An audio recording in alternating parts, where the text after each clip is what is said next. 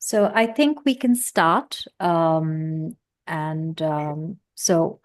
welcome everyone and good evening and to our Coexistence in Practice webinar series, which is hosted by us at the Coexistence Consortium. So before we start today's amazing talk, I'd just like to give a brief introduction about who we are at the Coexistence Consortium. So we are a network of conservation researchers and practitioners from a diverse variety of disciplines, but united with this common vision to understand the intricate dynamics of coexistence between humans and wildlife. So our mission extends beyond just the conservation of wild animals, but we also kind of look at emphasizing the importance of living well with nature, even within our immediate surroundings.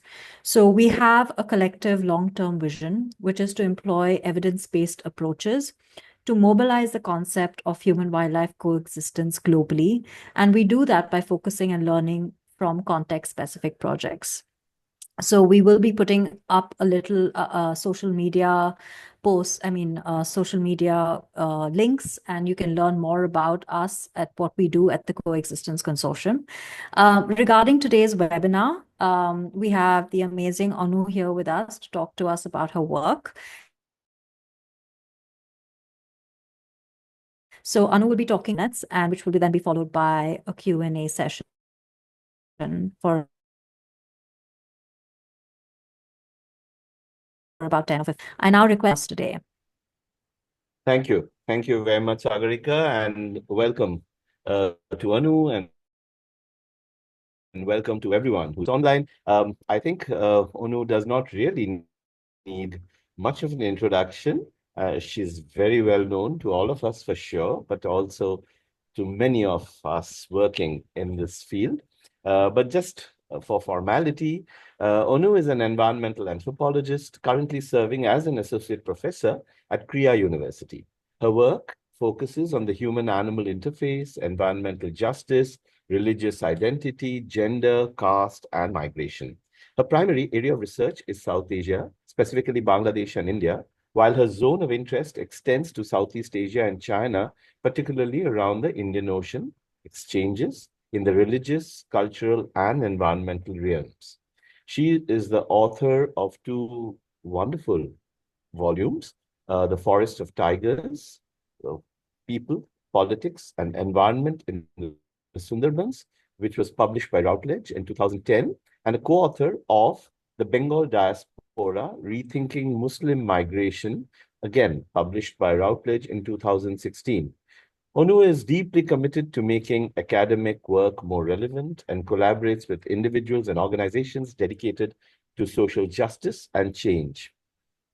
I would like to mention here that she's also the co-director of a short documentary film about 28 minutes long called Bon Bibi, The Woman of the Forest, which she co-directed with Joy Banerjee last year. Let me just say a couple of lines about this film. Bon Bibi is a superpower, if I may use the term, who protects fisher folk who live near the Sundarban forests from attacks by tigers.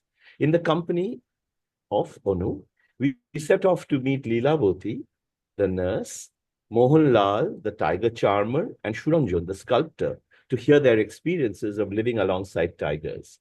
Interspersed with Potua scroll paintings, the film recounts the story of Ma Bonabibi and the understanding she is believed to establish between the tiger demon Dokhinrai and the young human Dukhi. The film also explores how reverence for Bonbibi transcends the narrow sectarian divisions of Hinduism and Islam in an increasingly divided world. It's a great honor and a delight to chair this session where Onu is going to. Thank you On a very much. personal note, I first met Onu several years ago. Yeah, I have to say this last two lines, Onu.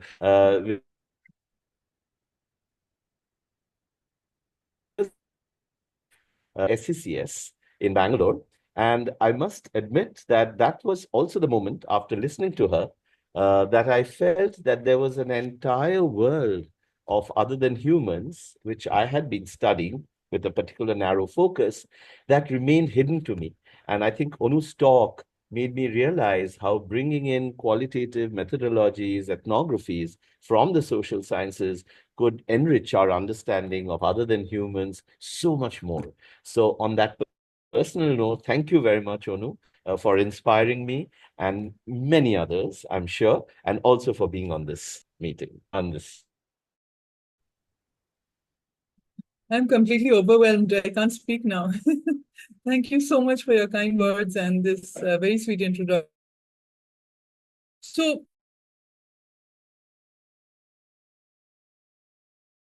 initially, when I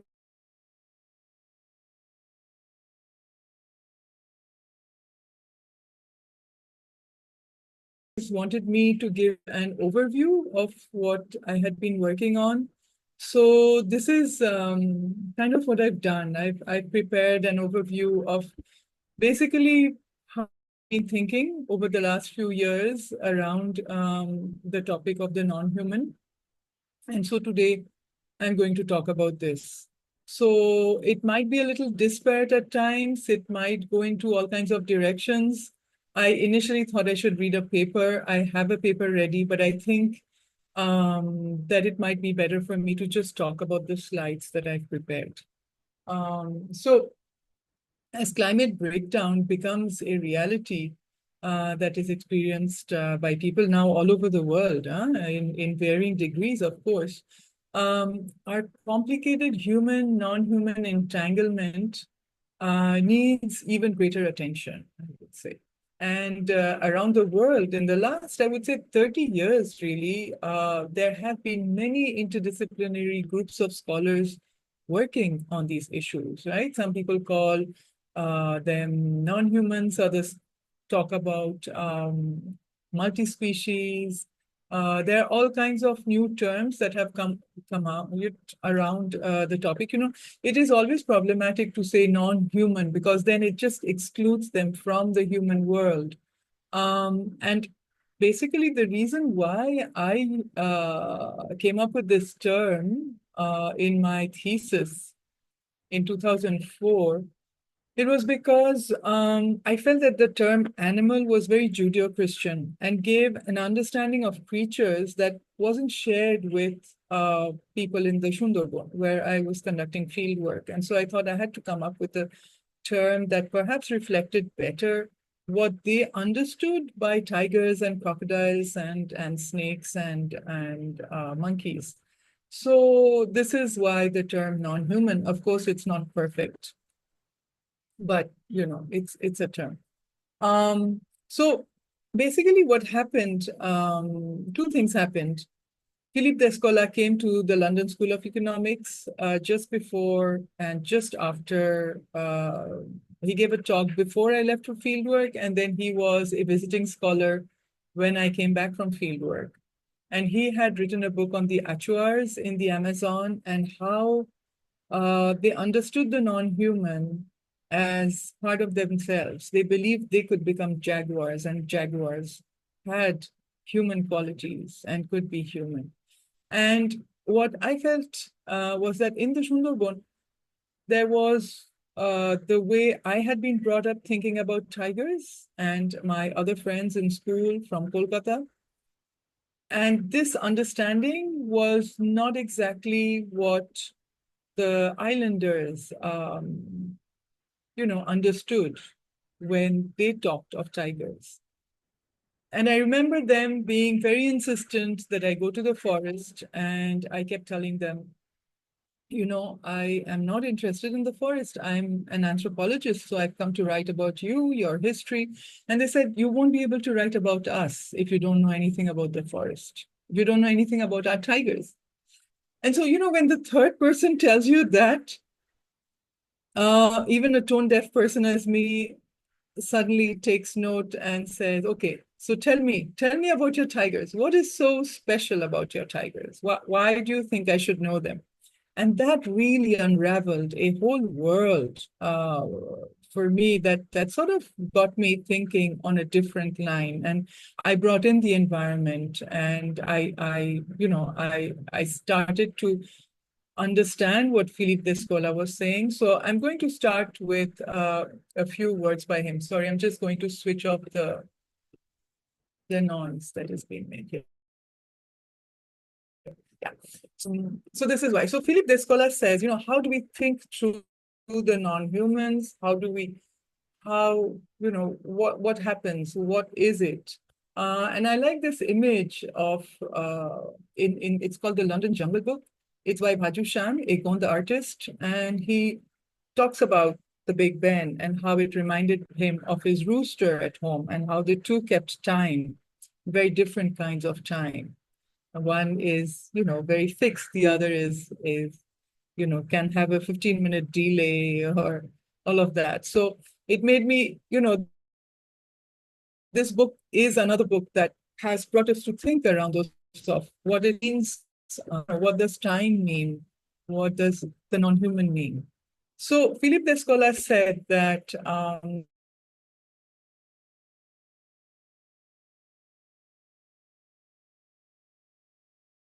Philippe Descola, more recently, Ambika Aiyadurai. So they've looked at intimate relations of people with animals, and they talk about, the ethics of nature of this relationship people have.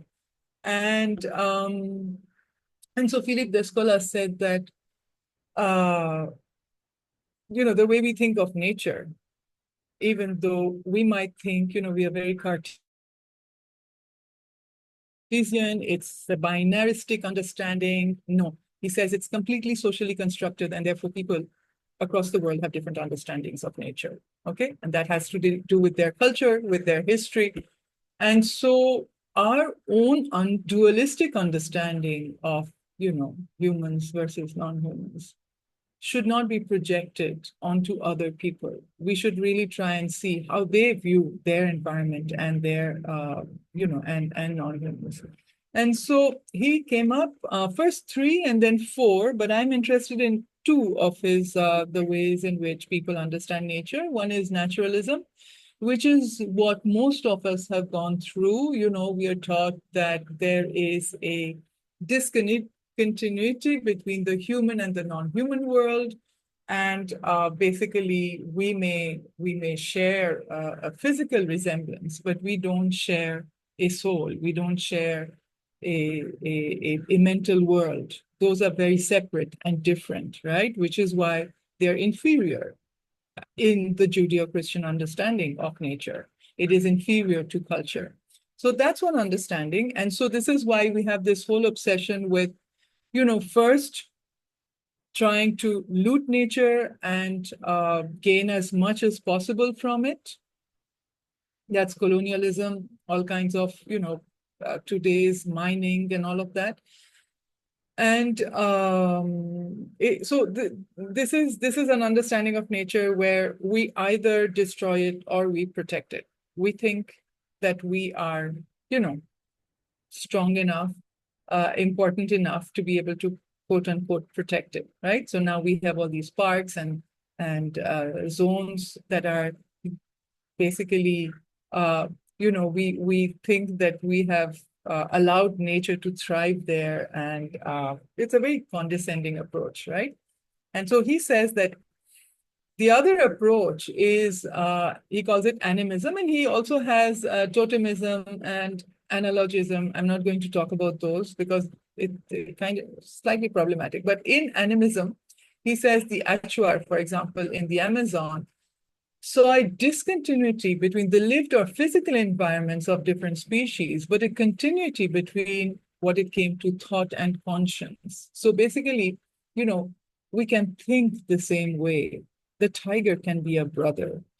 The tiger can listen to what we have to say to it. And we can get the signs. We can understand what the tiger is trying to say to us.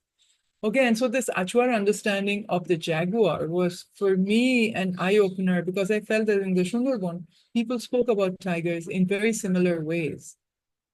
So this is why I kind of oppose this, this animistic understanding of the non-human world versus the naturalistic understanding.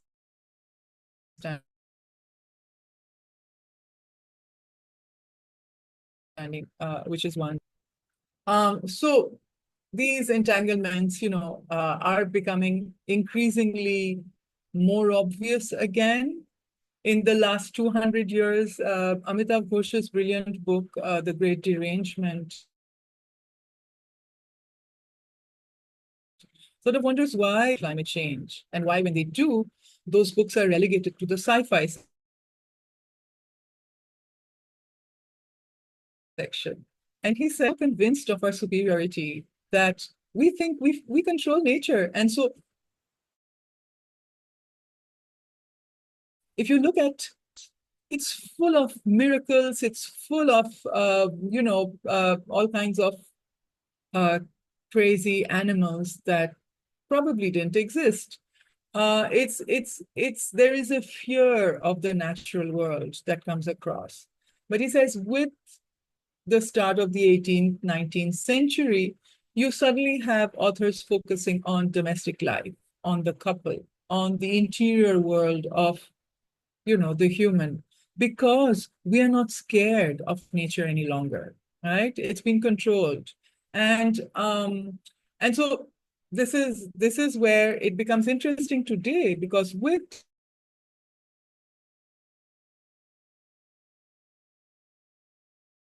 climate change around us, right?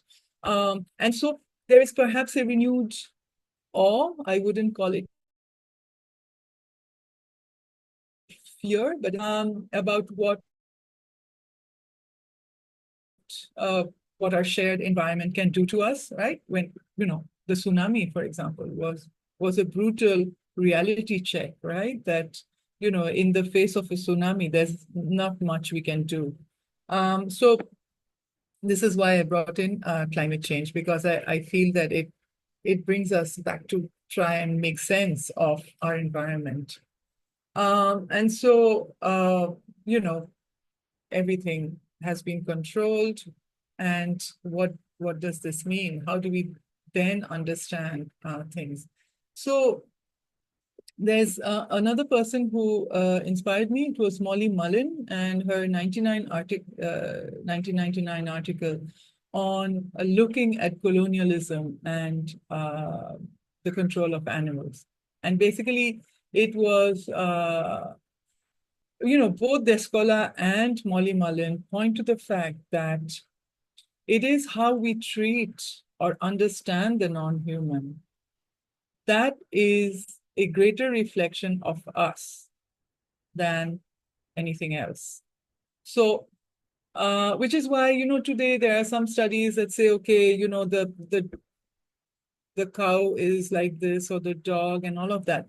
It remains an understanding of us. And my question is, who gets to speak? Which human gets to speak for what animal and why? And that is what we really need to always focus on every time we hear somebody speak about the non-human. Where do they come from? Okay.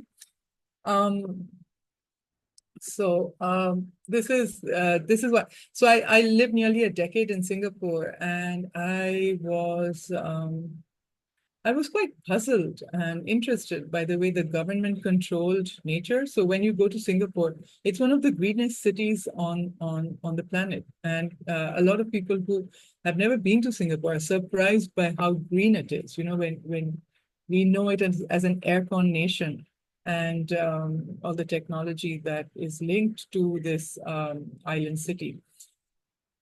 But what is very interesting, and I wrote an article on this, is that the way in which non-humans are controlled is a way in which basically the government also controls its unwanted citizens. There's a very, very interesting correlation between how Singapore is the only Asian city that has no crows. They have been systematically destroyed. Their nests and they've been shot at, and their nests have been destroyed. And so there are no crows in that city-state.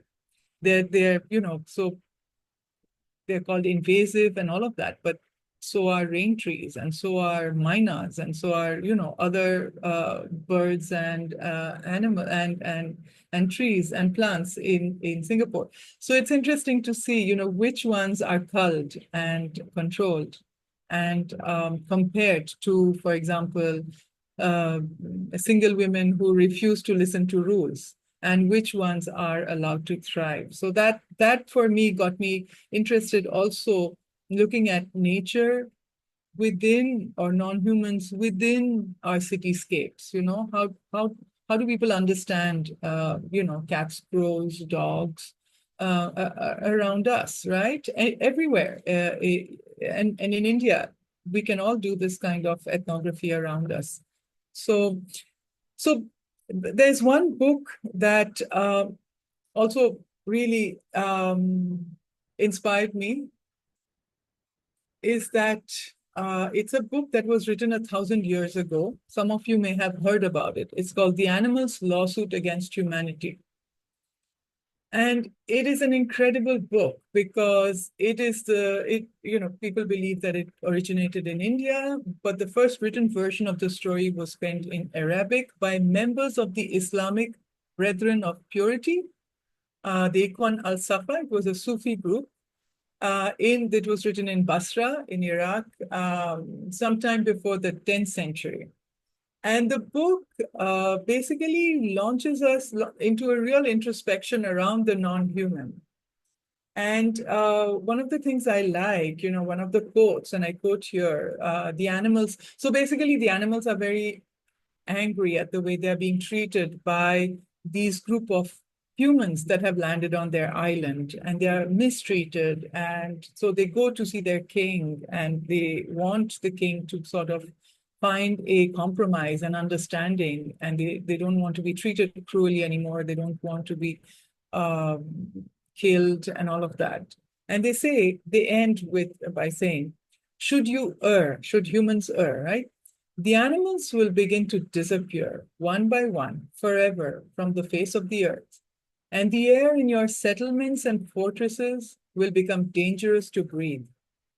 The seasons will be reversed and your climates turned on end. The animals you eat will bring sickness and death upon you, and you will no longer rule the earth. And the story ends with an exhortation to all humans to realize the extent of their cruelty and reflect on what they need to do and how they need to live in harmony, peacefully, with non-humans. So, if we look around us, I feel there have always been a lot of questions around the non-human, especially in a place like South Asia. We'll get back to South Asia. But, so there have been a lot of questions around it. And I thought I should talk about Frans de Waal because Ranada would be happy, as he is a biologist that I've also learned a lot from. And I don't know if this will work. He talks about how non-humans understand justice, for example. And he gives two capuchin monkeys for the same task. He gives one of them a piece of cucumber, and the other one he gives a grape. I don't know if it works. Let's see. No. And so what happens when he gives the two monkeys these two different pieces of vegetable fruit? The one who gets the cucumber is so pissed off that he throws it back. He gets annoyed and he throws back the cucumber at the person giving them the task. And so the fact that these creatures also have an idea of what is fair. And if the two got cucumbers, they were both fine. But if one got a grape for the same job, the other one got very, very angry. So he says, to endow animals with human emotions has long been a scientific taboo. But if we do not, we risk missing something fundamental about both animals and us. Sorry. And so, and when Frans de Waal, unfortunately, he passed away a couple of years back, but when he came to Singapore, I asked him this question. I said, who is this us? Because he said, at some point he said, You're right to raise this because I noticed that my Japanese colleagues had very different understandings and relations with macaques. And so it became, it was, he never wrote about it, but it also became about how different scientists understand these creatures, right? And basically this is what I'm interested in, how people understand these animals, you know, um, uh, depending on the kind of background they come from. And so, we all know Jains. The Jains were perhaps the first people on this planet to really think about life. And life, not just animal life, but also plant life, right? And so, and also the whole idea of Buddhism, ahimsa, how do we, how do we protect life? How do we go to the middle path? So this is something that has interested me, and this is why more recently I've been working on whether Buddhism had any influence in China, because you don't find many vegetarians in China or a lot of reflection on nature. They exterminated their elephants and tigers 1,000 years ago, and Mao's killing of birds and sparrows is more recent, but there isn't really within the Chinese understanding of the non-human world this understanding that we need to coexist. I feel that the Chinese have a very Western, very Judeo-Christian understanding of nature, where they see it as completely inferior to them. Okay, so I just needed to say that because I'm interested in how people view the non-human world. So very quickly, chronological idea of religion. I show this to my students because it gives a good idea of what happened when. So as we all know, in Hinduism, they can be gods, goddesses, divine creatures, vehicles of deities. They can be ancestors. The crow is respected, it is fed, it stands in for the ancestors. So, and we can be reborn, right, as animals. Vishnu's 10 incarnations, a lot of them, he reincarnates as a non-human. Yeah. And I think this does something to our psyche, to the way in which we think about the non-human world, which is why there was this very interesting book by a very famous professor, Professor Prasenjit Dwara, who wrote The Crisis of Global Modernity in the 20th century, or along those lines. And in there, he argues that perhaps Asia's dialogical relationship with non-humans will pull us out of this Anthropocene, because in Asia, we will have found ways in which we basically, protect and learn how to live in harmony. And I feel that you can say that about South Asia, but it's difficult to say that about China, because I feel, you cannot make these claims without looking at non-humans and the relationship a culture has had with its non-humans, right? So anyway,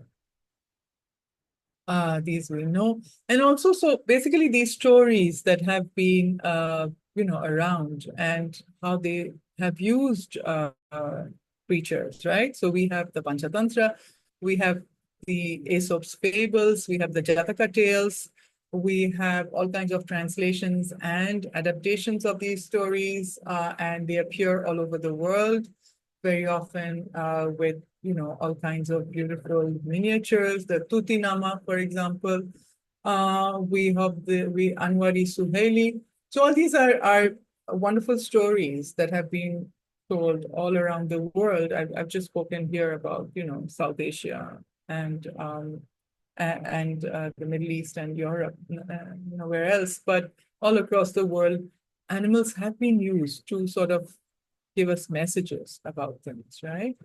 So, so somebody else who really has been thinking about these things as a historian is Mahesh Rangarajan in his Politics of Ecology, the Debate of Wildlife. So basically he says that scientists, can they provide solutions for conservation without basically looking at what people have to say about coexisting with flora and fauna. And he says that it's indispensable that wildlife biologists basically study also, the threat to wildlife by studying human-wildlife coexistences. And he also draws attention to all kinds of religious customs and traditions that have occurred in South Asia. And so, yeah, this is very quickly, the Anthropocene and ethics. You have a wonderful article by Professor Sivaramakrishnan, who looks at non-humans and ethics in South Asia and how it's been developed, and a lot of non-humans. And what does it mean? And so it's very difficult to talk about South Asia in one block, right? We know that we are divided along religious, caste, class lines. And so, unfortunately, in many places, environmental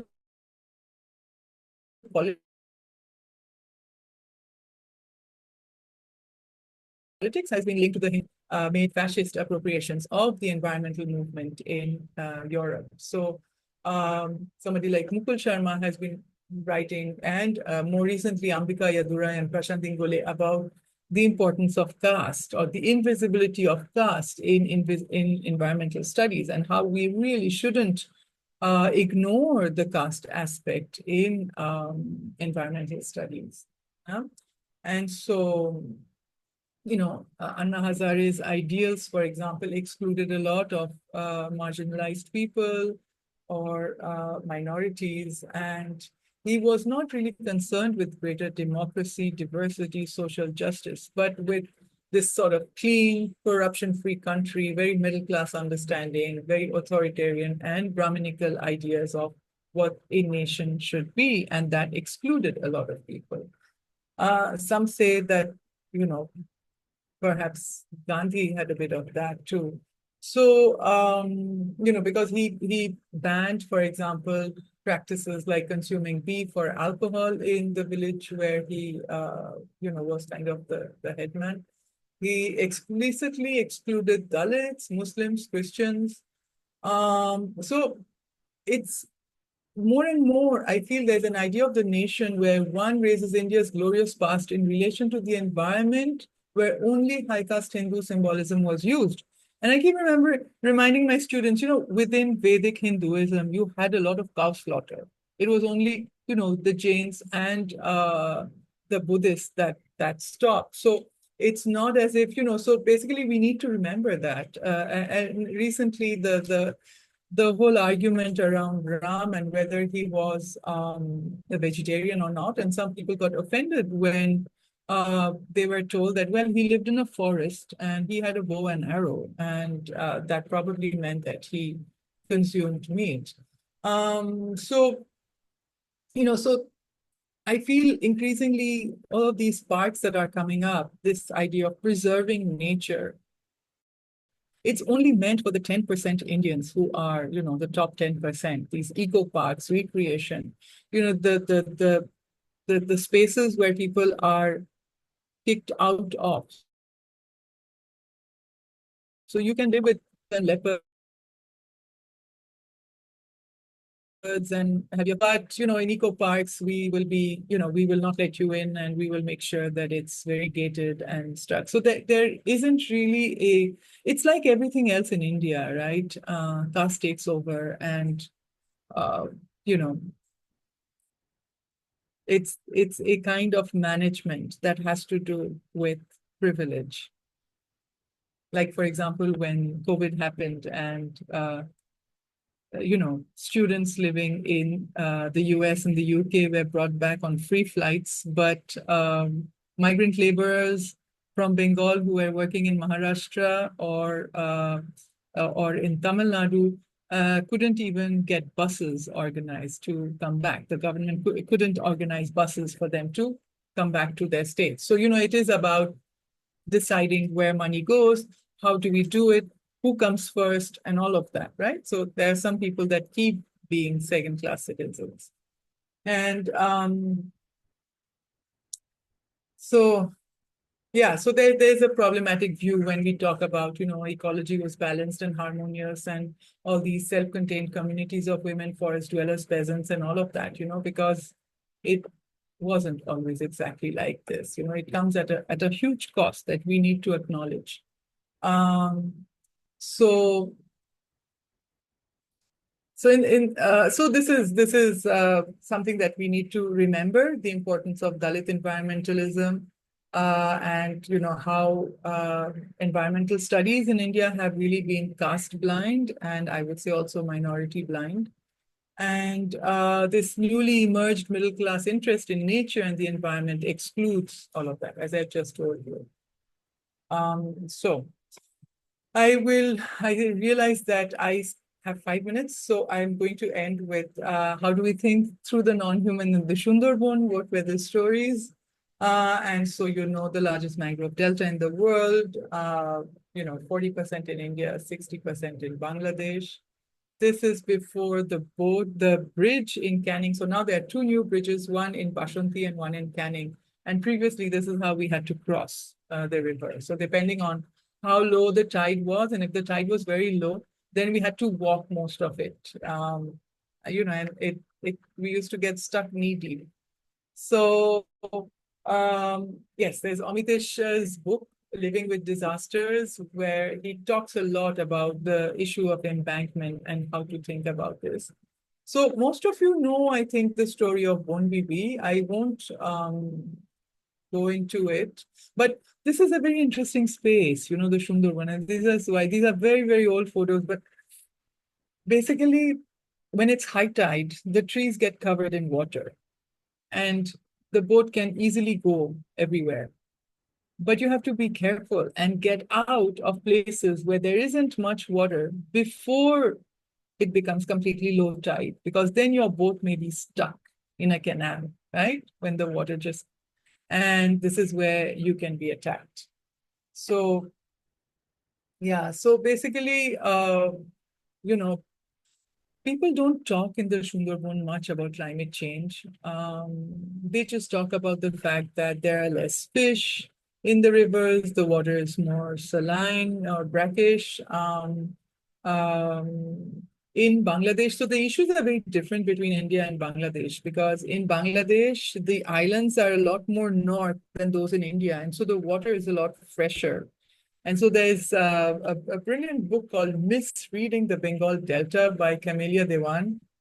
And she looks at mainly the Bangladesh part and how basically climate change is a calculated rhetoric used by people working in the NGO sector to receive foreign funding. And she said, these embankments are not necessary because it prevents silt from coming in. Now, you can do that in the northern islands of the Sundarban in Bangladesh, but if you do that in places like Goshaba, Rajachubili, Kumirmari, Ganga Sagar, the Sagar Island and all of those, then basically there you won't have any habitation because the water is too brackish.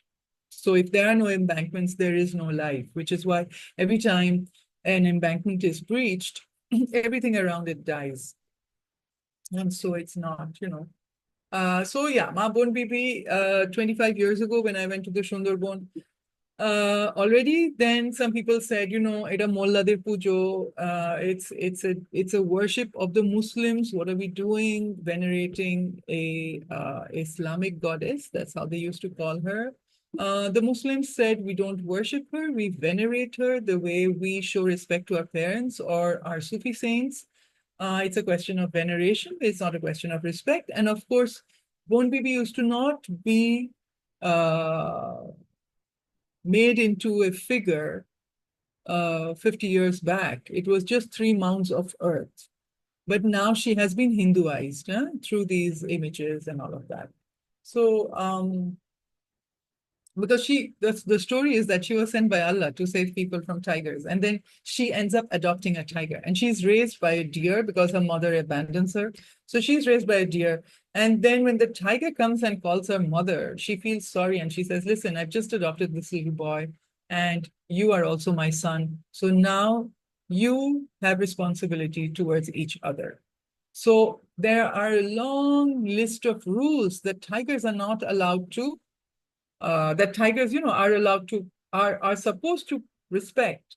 And there are similar rules for humans. And the two need to stick to their rules. So it's very interesting that tigers aren't given a pass because they're animals. No, tigers too should know, that they are not to come on this side or they are not to go. But hey, humans, if they have a job or if they have, some land or another source of making money, then they should not be going to the forest. And if they go, they can be killed. So there were all these very intricate, understandings of who can go to the forest and who can't.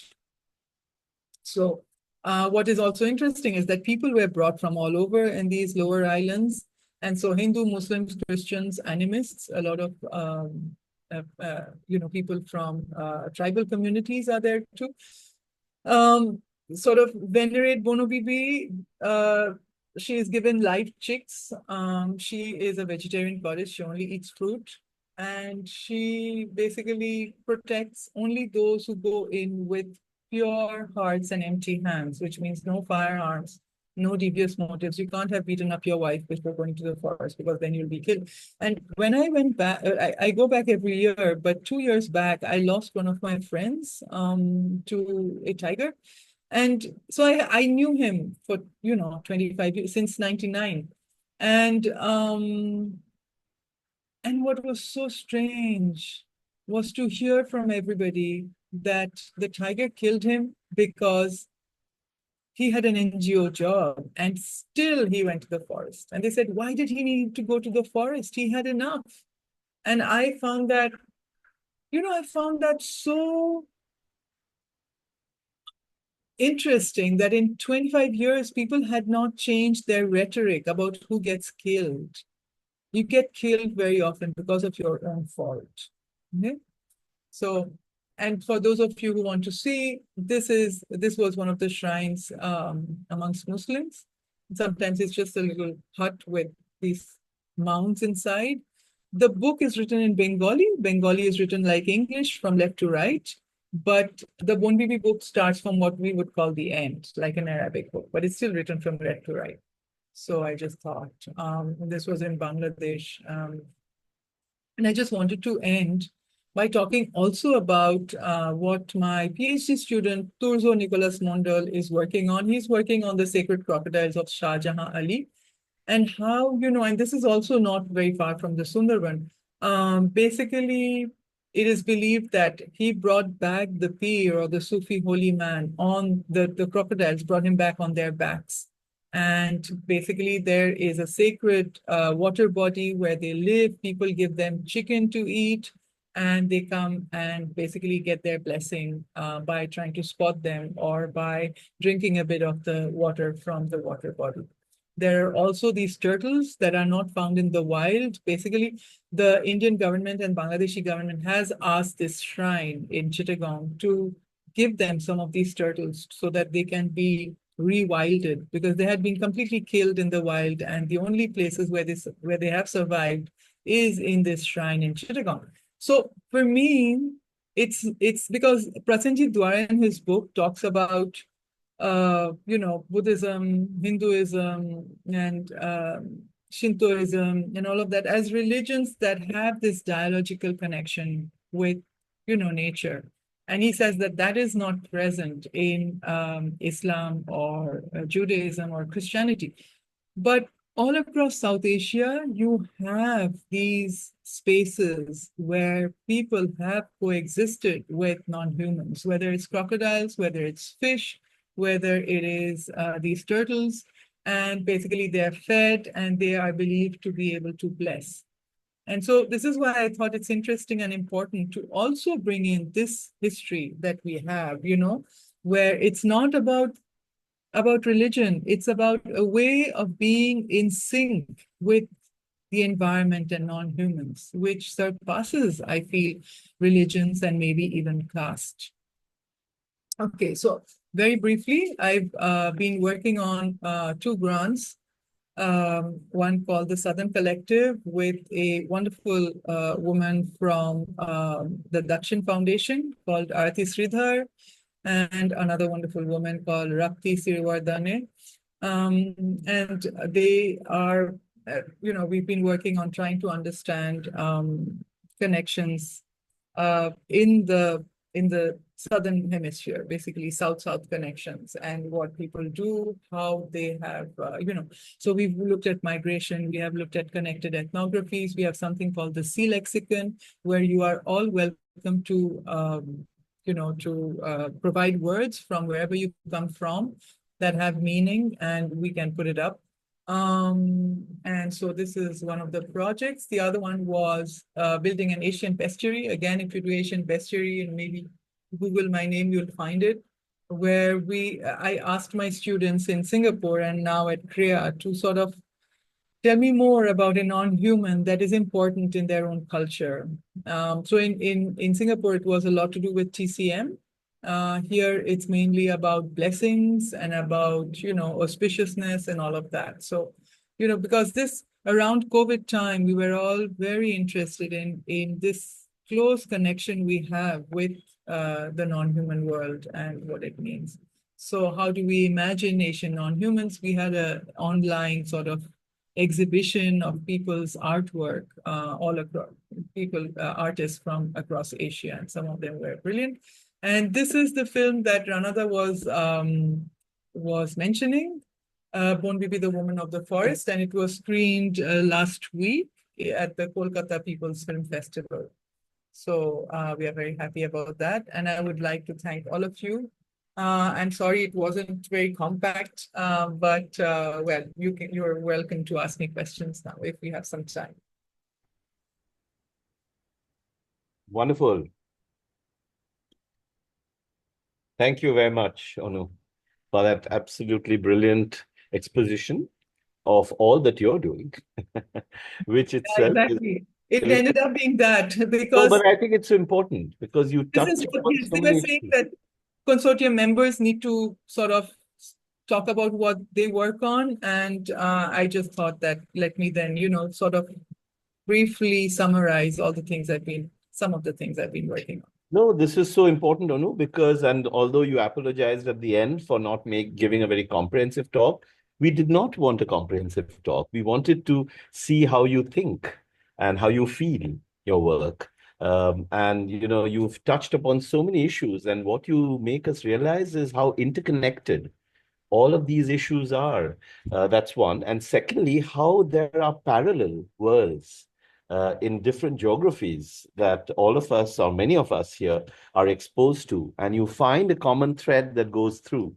So there's so much to learn from each other, but more importantly, from the communities that we work with or who have remained so neglected, as you very rightfully point out. And there's so much of learning that remains for us. In fact, I wouldn't even say learning. I would say we first need to open up our own worlds, our very narrow worlds, into these much larger universes that are out there, and realize that we are not the only people who are learning, or that our views are not the only views that we think govern or should govern the way we run the world. So thank you very much once again, Onu, and I will now open it up for discussion. So please, you could, I don't know. So Shagarika, is it possible for everyone to, or whoever, to unmute themselves and ask the question, or how do we do this? Yeah, I think you can. If anyone has any questions, if not, Yes, just please raise your raise hands. your hand. And yeah, Yeah. thank you. Thank you, Shagarika.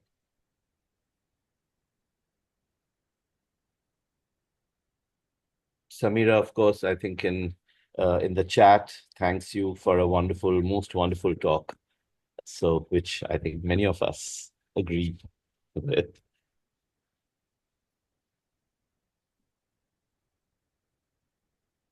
All right. So while others are trying to think about what they want to talk to you about, Onu, let me ask you a naive question. I have been very disturbed by the fact that I don't have a term that I could use to describe all beings other than humans, right? And even if I call them other than humans, it's still the humans remain the central focus, and it's other than or non-humans. Uh, do you think it's time that we had a word or a term that we could use without humans becoming the central figure in the entire biological kingdom, if I may use this term? Hmm.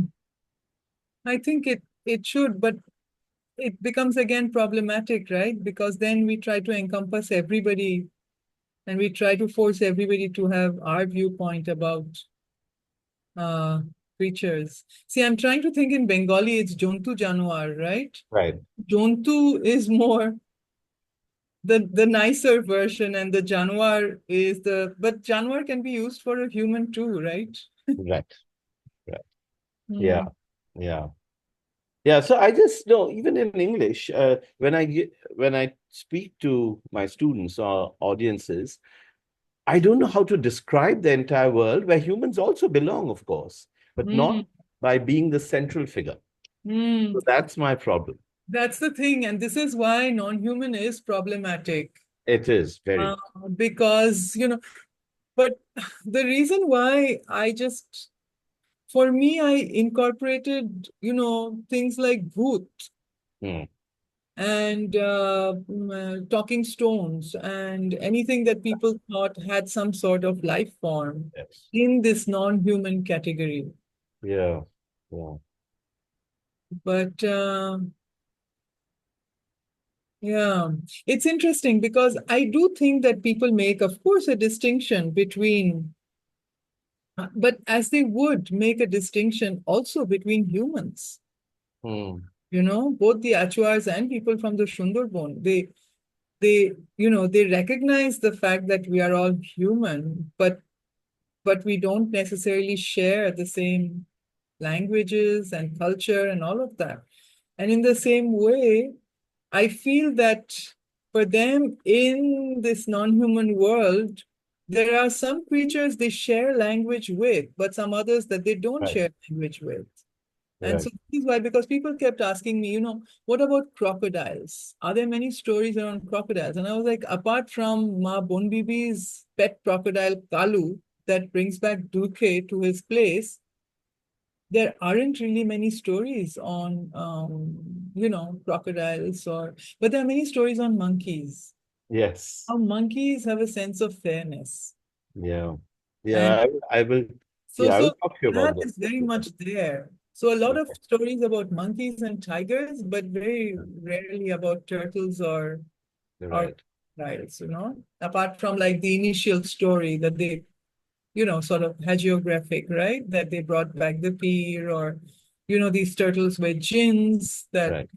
and all of that. So Yeah. So yeah. Okay. So again, I don't see any hands raised, but Paul Keel, and Aparna and Vidyadhar absolutely heap praises on your talk, and they say they don't have questions, but they say that you've opened up a whole new world to them, which I completely agree with. So that's again amazing. But let me just in response to what you were saying, the Jain tradition is very interesting. So the Jain tradition don't distinguish humans from other beings, but look at all living beings in a continuum.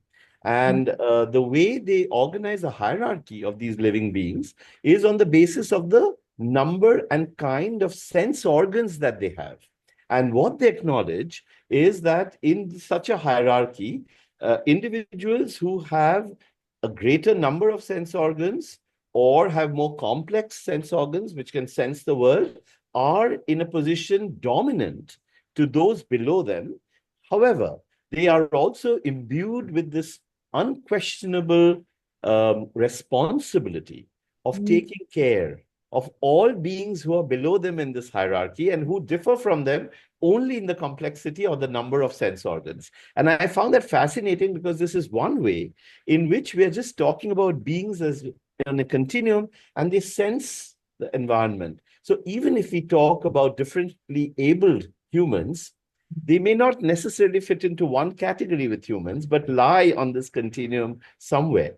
And and that I think has been able to, at least in my mind, dissolve boundaries to such a wonderful extent. But so I think there are communities who have looked at these in a very different way.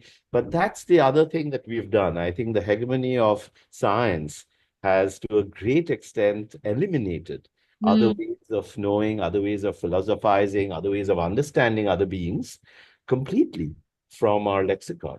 And okay, I think there's a question from Anand. How has the tiger-centric conservation present in the rest of India been implemented in the Sundarbans? And what impact, if any, has this had on human-tiger relations? Ananda, you have to read my book. Yeah. There's also, I think, a So, question so maybe from. I can very Oh, briefly sure, tell please. Ananda what. So basically, when I was there in 99, I was once coming back late night from a show, and this young man asked me, "So what are you working on?" And I said, "I'm working on your history, on you guys." Because I didn't want yet another one to say, are you working in the forest? Because they only, only biologists ever came there. So he said, aren't we just tiger food for you lot? And that is what got me interested. So I asked him, like, why do you say that? And then he started talking about Morichapi and what had happened, and how basically tigers, who used to be these very kind animals, who used to understand what it meant to be migrants, because they themselves had been migrants and they themselves had come from all across Southeast Asia. So these very, very cantankerous, because that's what everybody became with the brackish water and air, but yet understanding and kind, compassionate animals had suddenly, with Murichapi and 79 and the government shooting about 200 refugees, how tigers had started behaving like they were first-class citizens. Because Indira Gandhi had said that tigers should be protected and these people should be kicked out. And so we said, since that time, we have become tiger food, and Mm. tigers have become killing machines. And there had been a repercussion where, in their minds, tigers were not as receptive to what they said as they used to be, because it had gotten to their head. They had become these very proud creatures. And I had found that very interesting.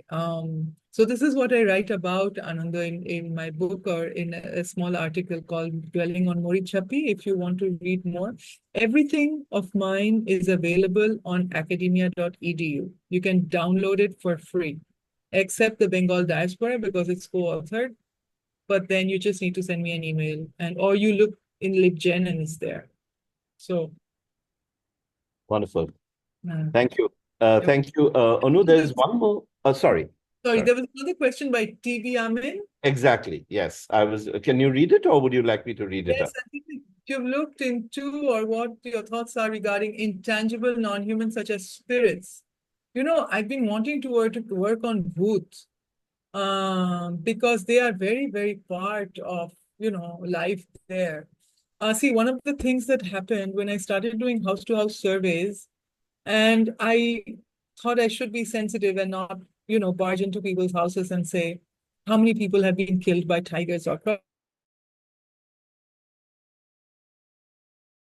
crocodiles? I devour saying, would you mind telling me if somebody died in an unnatural way or স্বাভাবিক ভাবে কেউ কি এখানে মরেছে, and that got people thinking, and I started to get a lot of stories on suicide and a lot of stories on people who had died of fear. So basically, they had seen a bhoot or they had seen a tiger, and 2 weeks, 2 months, 6 months, 1 year later, they had died. And basically, if fear enters you, you absolutely need to get it out of the system, because otherwise, it'll eventually kill you. So this is something that I've also slightly written about. but I probably should do greater work around this whole idea of how fear kills you. So one day, I woke up after having been there for a while, and I told Leela Di, in whose house I lived. For those of you who've seen the film, you will know. And I told her, I've been having these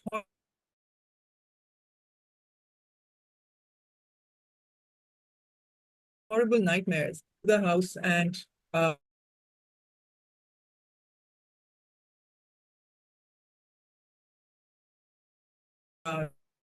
try to exorcise me, because it was very important that the fear be kicked out. And I saw my neighbor, whose 7-year-old once had seen a snake, and he was beside himself because at midday she had developed a fever, an ocha, because he said, this can kill her. Had she not been scared, it would have been a different matter. But the fright gave her a fever, and this fever now can kill her. And so he was, frantically looking for which Ojha could come and exorcise his daughter so that she would. So this idea that fear kills is something that I learned there. And yeah, bhoots and what they did was part of also, this fear that they could cause. So there's a second part to the question saying, can we consider spirits as non-humans?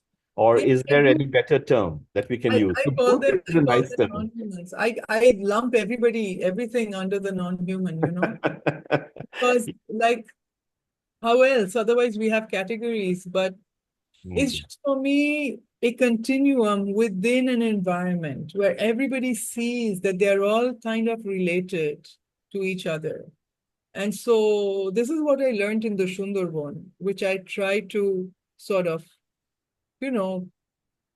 describe in my book. So, yeah.